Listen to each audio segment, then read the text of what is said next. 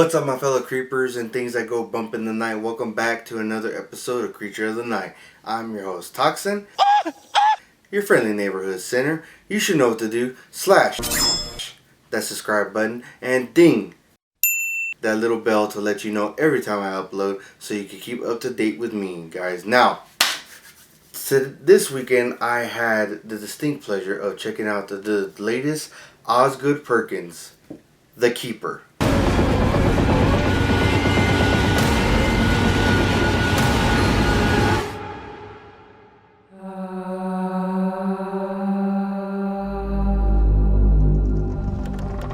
We all know I don't watch trailers, but when going to watch a movie, you are forced to watch trailers.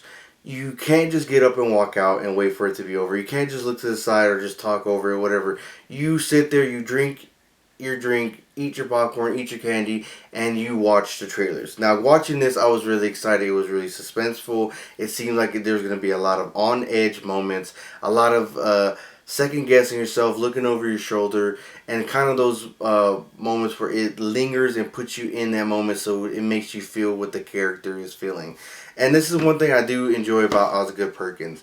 Now, a lot of his films, because he did do Long Legs, he did do The Monkey, they get a lot of criticism. I'm not going to lie. There's some mixed reviews, good and bad, and I'm right there up there with them. I know I still have to do Long Legs. I can't believe I haven't done a spoiler review for that one, or The Monkey, but still I need to get on it. I know they're coming, but guys, going into this one, Osgood Perkins, one thing I feel like he does really successful. First off, all his films are cinematically beautiful. The color palette that he chooses, the color coordination that he chooses go really well with each other, and how he kind of lingers on shots and how he has the ability to like just put you in the moment and make you feel what the character is feeling. He does a great job on it. This one is no different. There's a lot of long shots, a lot of like kind of like just settling moments. I feel like it's like one of those real films that like it's just an everyday experience that we've had this moment, we've lived this moment, we know exactly what's going through their mind until it gets to the horror part, let's just say. This one, if you haven't seen the trailer for it, is about a couple who is celebrating their 1-year anniversary. They go up to his remote cabin in the woods, and shit starts happening. Already going to the cabin in the woods, when has that ever gone great? When has those two, cabin and woods, ever gone together and it's been successful? Let's just be honest. Shit's always going to happen. And one thing that Osgood Perkins, I feel like, he does this great build-up, this great anticipation, building up the story, building up the universe that he's working at, just to fall flat. What did he say? I'm sorry, guys. It was, I wouldn't say the film was boring, but it did have a long build up, but I was here for it. Like, it did kind of like just keep, not nervously, but I was just engaged and I was fully locked into the film. Like, where is this going? Of the film, giving us little clues, giving us a little hysteria that the woman starts going through after eating the chocolate cake. Don't eat chocolate cake, ladies, just saying. Especially if your boyfriend of only 1 year takes you to your remote cabin and offers you a cake and you notice that there's some kind of weird substance in the middle. Just saying. Dumb bitch. But going into it, like, you feel what this lady is feeling. It's just great because the long shots, the weird shots that linger, the weird ambiance that he builds around this film, it's great. It just puts you in the moment. But to go up to it, I was still confused about when he finally does a kind of unsatisfying review about what is really going on. He really, again, build up, just for him to sit there and explain the whole movie in two minutes. Is that he's from 200 years ago, he's immortal, him and his creepy asshole brother do this to women, that they killed a witch in the woods that was in their father's land, and she gave birth to something that we don't know yet, we haven't really seen, up to this point we haven't seen, and they feed them when they start crying out and it starts getting the attention of the neighbors. They bring women and feed them to these creatures, and in exchange they get immortal life. That's all, folks. We will return after these messages. Bullshit! I just feel like it was just an unsatisfying thing. I was like, okay, there's a witch. Okay, I'm kind of engaged. And then what kind of saved the film for me was when you finally see these children, the spawn of Satan, as you will. Take that, you winged spawn of Satan! Like, they look like mannequins. One is multi-faced, but it seems like it absorbs the faces of every woman that has ate before and the woman that is about to eat. One produces smoke out of his mouth. One kind of produces a liquid, a chunky liquid, that looks like the liquid that might have been in the middle of the chocolate cake. And the other ones are just kind of weird-looking mannequins, like blank faces with their mouths open. I don't know. I was like, okay, this is interesting. This is great. And of course, I kind of called it from the get-go from that.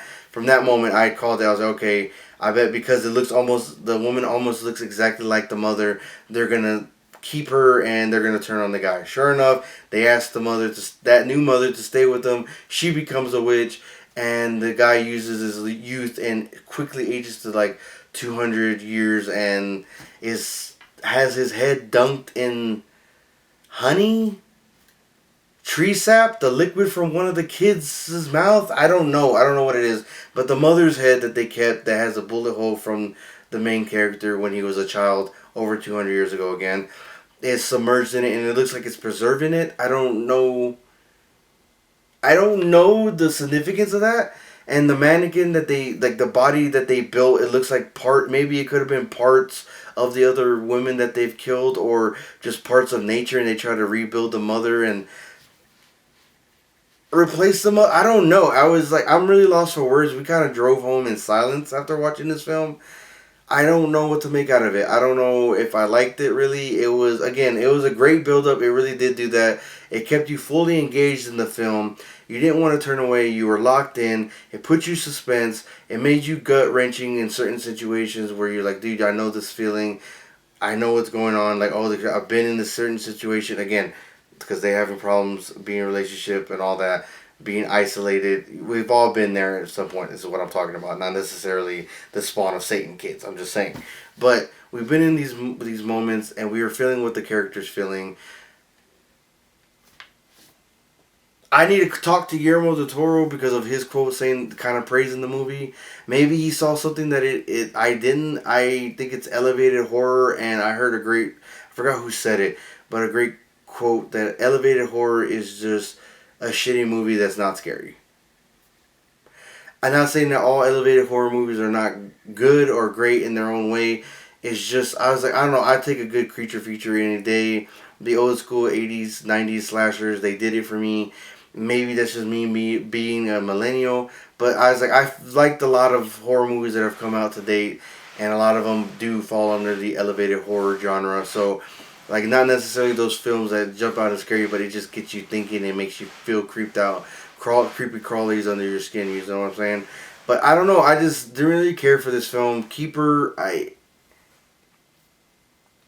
don't know what to say, guys. I'm going to give it, again, because it did a successful build-up for me. It was just the climax and the resolution it literally fell off for me at that point. But I guess I give it one thumbs up.